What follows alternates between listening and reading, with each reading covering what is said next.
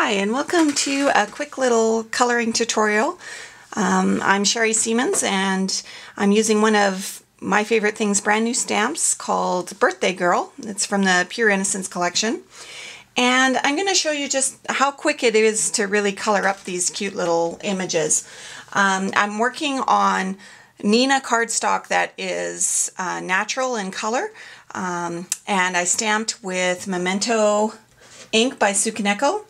And because it's a little bit of a softer paper, I am going to work area by area. So I'm going to start with E000, and I'm just going to lay down a base coat for her skin.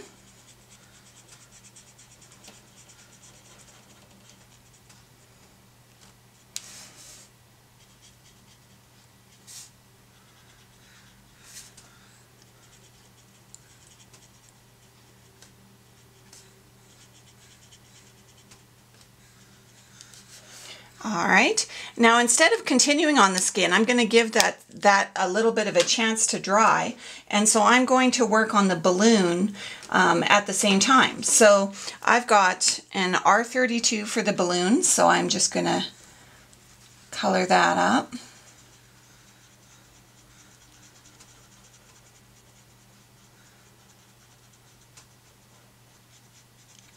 And notice I've left a little bit of a buffer zone because I'm going to come in with an R35 to deepen up the edges of that balloon. So I'm going to leave a little bit of room for that. Now I'm going to come back to her skin now that that has dried a little bit, and I've got an E01. And I'm going to pretend that my light source is up in the right hand part of the sky here. So I'm going to add some definite shading to the left side of her face.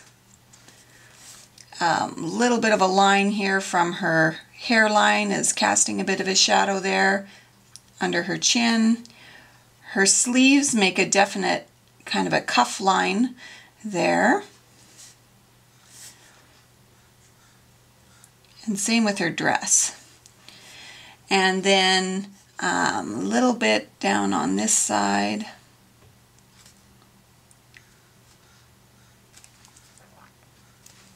As well. Okay, back to the balloon. I'm going to add some deep edges of R35. So I'm going to pretend this is more of like a transparent balloon. So if you've ever looked at transparent balloons closely, the richer color clings to the edge of the balloon. The center of the balloon is definitely the lightest. So just a very little bit of that darker color. Now back to her skin, I'm going to go in and add even a little bit of a deeper shade, an E11. And I'm going to just notice that I'm using kind of a feathering stroke so that it's easier to blend in than if I use a really hard circle stroke like I do when I lay in my base coat.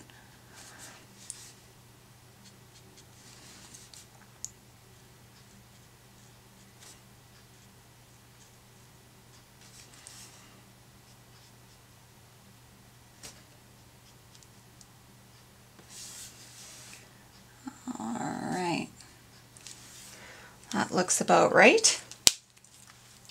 Now I'm going to add even a little bit darker of a color. It's E13 for skin, and I know that a lot of you probably don't go up this high in skin color, but I'm just going to add a little bit in on just the really deep contrast areas. All right. All right, I'm going to go back and blend in this balloon, let my skin tones dry a bit. So back with my R32 and just blending out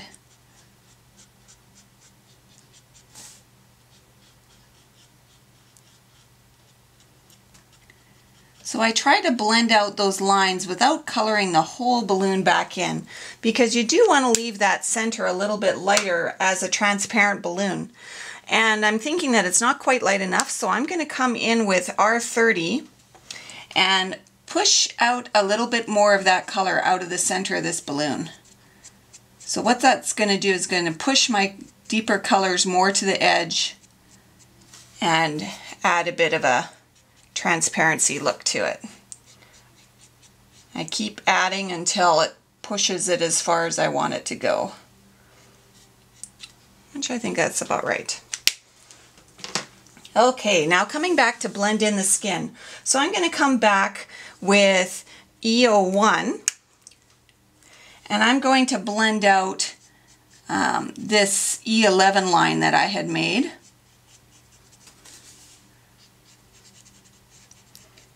And it kind of blends out that dark E13 line as well when I'm doing this.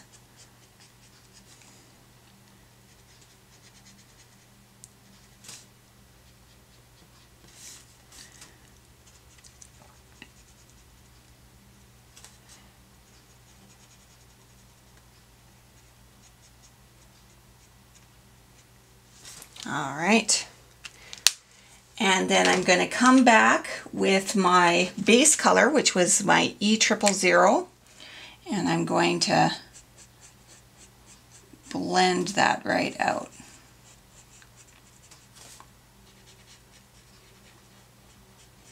Now sometimes it takes quite a bit of ink to do this, and on a soft paper you might want to kind of rest in an area and let the paper soak in that ink.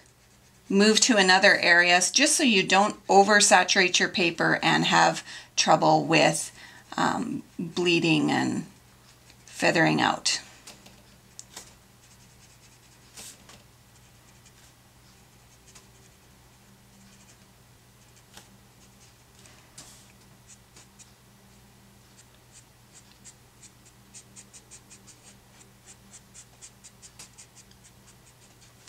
All right. The skin looks about what I would like it to be. Now in these little girls, a real quick way to not have to do as much coloring is to do a bit of paper piecing. So I've got some kitschy kitchen paper here, and I've just got a glue pen that I'm just laying down this cute little dress with. I'm gonna paper piece it, just like paper dolls when you're a kid. It's kind of fun. Now I've done that, but if I just left this dress like this, then it would look like it didn't belong with the little girl. So I'm going to do a little bit of shading on the dress. So I've got my toner 0 and my toner 2 marker. So I'm starting with toner 0, and I know that the head would cast a bit of a shadow over onto her shoulder here.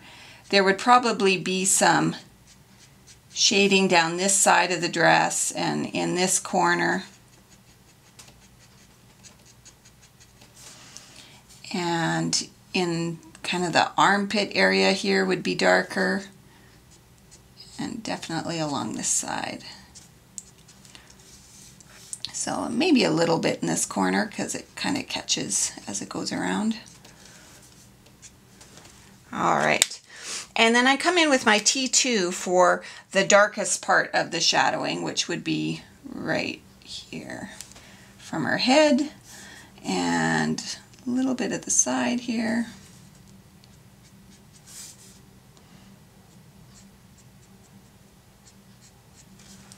All right, and then last step is to come in with my blender pen and just get those grays to fade away to white.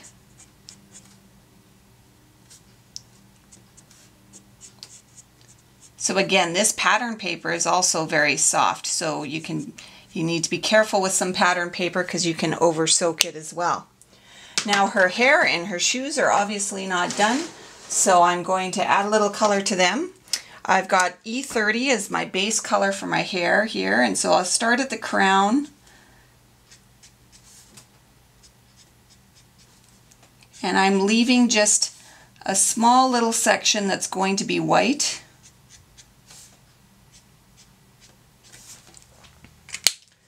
And she's going to actually have quite dark hair, so now I'm coming in with E34.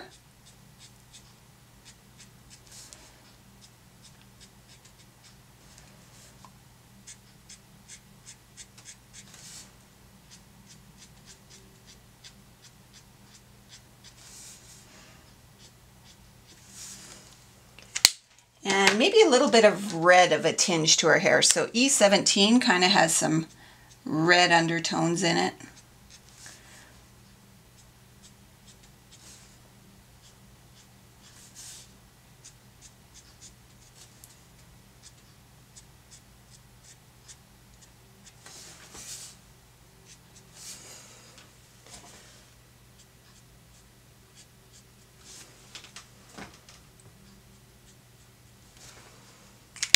All right, and just for the last color, why not add in a little bit of E39, so it's kind of a browny red as well.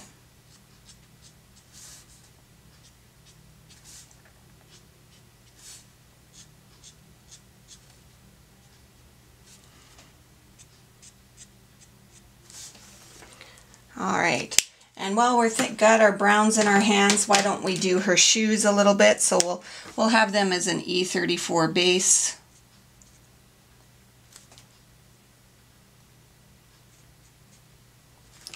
And then I'll come right in with E39.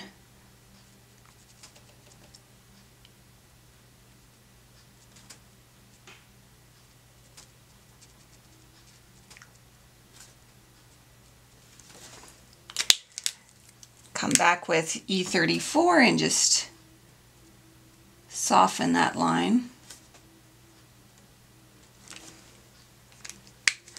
And as a last touch, I'm looking at her skin going, yeah, she could probably use a little bit of BV31, which will kind of gray down some of the areas that are in shadow a bit more. So I take this often to a little bit to the sides of the face,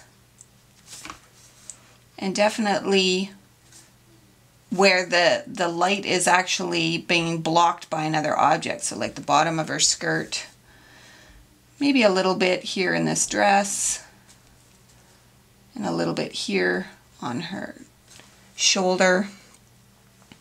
You want to use that color really sparingly so it doesn't look too purple, but it just adds nice dimension.